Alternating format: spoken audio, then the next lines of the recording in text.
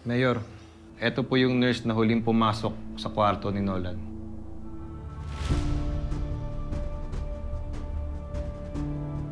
Siya nga po yan. Uniform ko po yung suot niya. Pero paano yan? Lahat ng kuha ng CCTV, naka-face mask siya.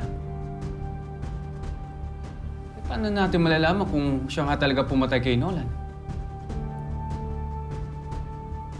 Namumuha mo siya, nurse.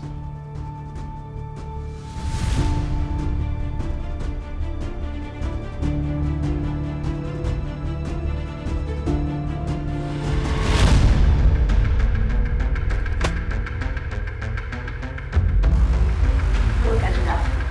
Matutulog ka lang. Ha?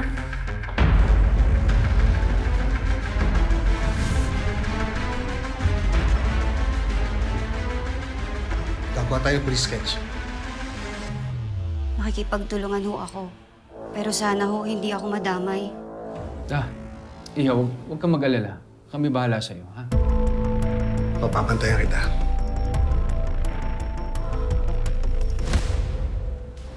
Sigurado ka, Brad?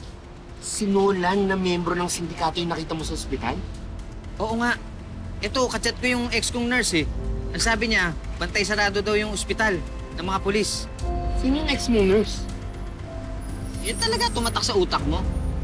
Eh, naniniwala ako doon sa nurse, pero hindi ako naniniwala na naging kayo. Alam ko lang nandun yung Nolan. Ako na sana pumiga sa kanya para isawalat ang katotohanan.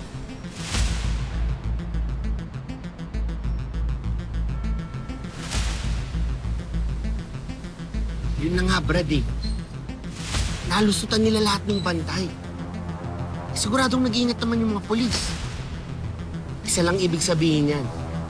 Madami talagang galamay yung mga sindikato kung saan-saan.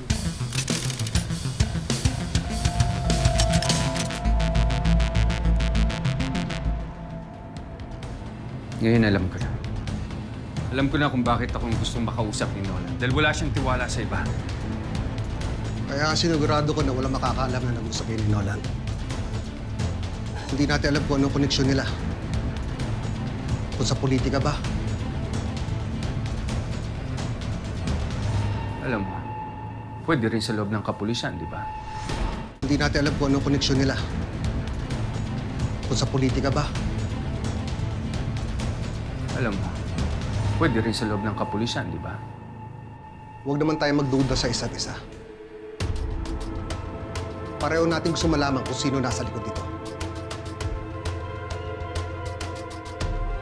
Kung malaking sindikat ang may kinalaman sa mga nangyayari nito, ang tanong, sino yung source nila para malaman ang bawat kilos natin? Mayor, wala ka naman sigurong sinabihan na makikita kay Nolan.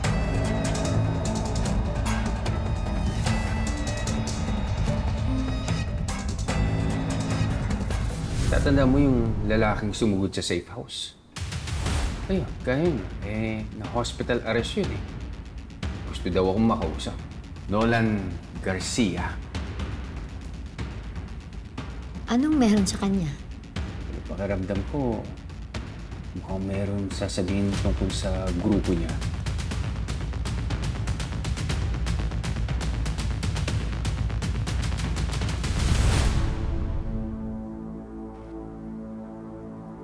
Mayor, may sinabihan ka ba?